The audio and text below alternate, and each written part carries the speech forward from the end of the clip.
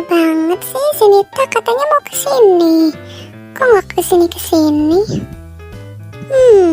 Aku telepon aja kali ya. Halo Nit.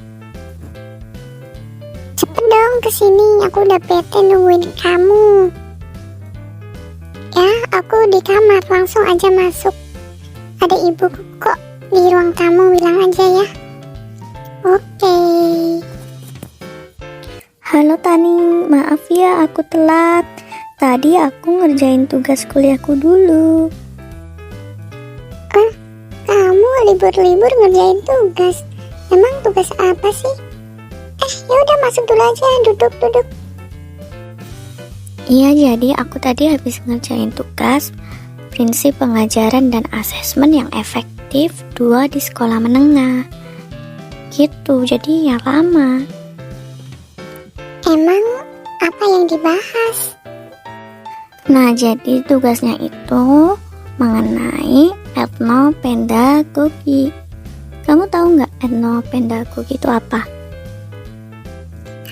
Etnopedagogi? Apa itu? Aku baru dengar. Jadi, etnopedagogi adalah perwujudan pembelajaran yang tujuannya untuk menumbuh kembangkan nilai-nilai kearifan lokal.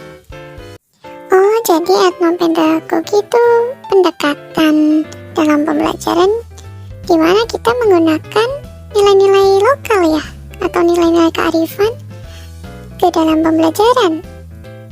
Iya betul, jadi tujuannya itu untuk menggali nilai dan pengalaman terbaik dalam penyelenggaraan pendidikan berbasis budaya lokal.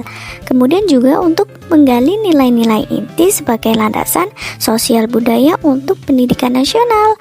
Dan tidak lupa juga tujuannya yaitu untuk mengolaborasi sistem perilaku berpola sebagai konteks sosial budaya bagi pendidikan nasional. Oh gitu. Terus ciri-ciri etnopedagogi itu seperti apa ya? Nah, ciri-cirinya itu antara lain bersumber pada pengalaman, kemudian sudah diuji secara empiris selama bertahun-tahun, bisa disesuaikan dengan budaya modern, dan etnopedagogi ini tuh melekat dalam kehidupan individu serta institusional ya. Lalu ada rata-rata yang dilakukan oleh pribadi serta kelompok. Jadi rata-rata perilaku maupun kebiasaan yang dilakukan oleh pribadi atau kelompok. Kemudian bertabiat dinamis dan terpaut dengan sistem keyakinan. Itu beberapa contohnya. Tapi kamu bisa juga cari di internet supaya kamu lebih paham lagi.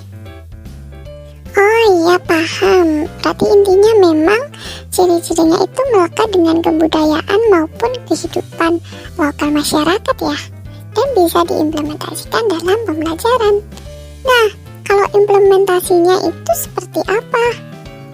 Nah, untuk implementasinya itu etnopedagogi dapat diterapkan untuk mengkaji simbol kesenian suatu masyarakat yang diyakini memiliki nilai kultur dan bukan sekedar simbol.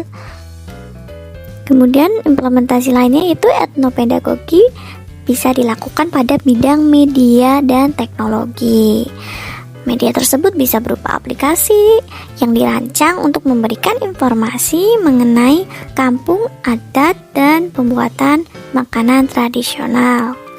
Dan implementasi lainnya yaitu etnopedagogi ini dapat diterapkan pada pembelajaran dengan mengintegrasikannya dengan nilai-nilai budaya lokal. Jadi intinya etnopedagogi ini ya bisa diterapkan di pembelajaran dengan kita mengintegrasikan atau menyisipkan nilai-nilai lokal di dalamnya. Terus gimana cara kita menerapkan etnopedagogi ini? Seperti langkah-langkahnya itu bagaimana caranya? Nah, untuk langkah konkretnya itu ada 3. Yang pertama, pemberian bekal nilai pluralitas, toleran, humanis, serta tidak indoktrinatif pada pendidik yang merupakan kesatuan bagian profesionalisme. Yang kedua, pembelajaran didesain dengan nuansa yang menarik, kreatif, dialogis, serta terbuka dengan mengkaji etnopedagogi pada aktivitas pengembangan diri. Dan langkah yang ketiga, mendesain lingkungan agar kondusif serta tercipta pendidikan yang berbasis budaya dapat berkembang pada pembelajaran di sekolah. Itu adalah 3 langkah konkret menurut Muhibat.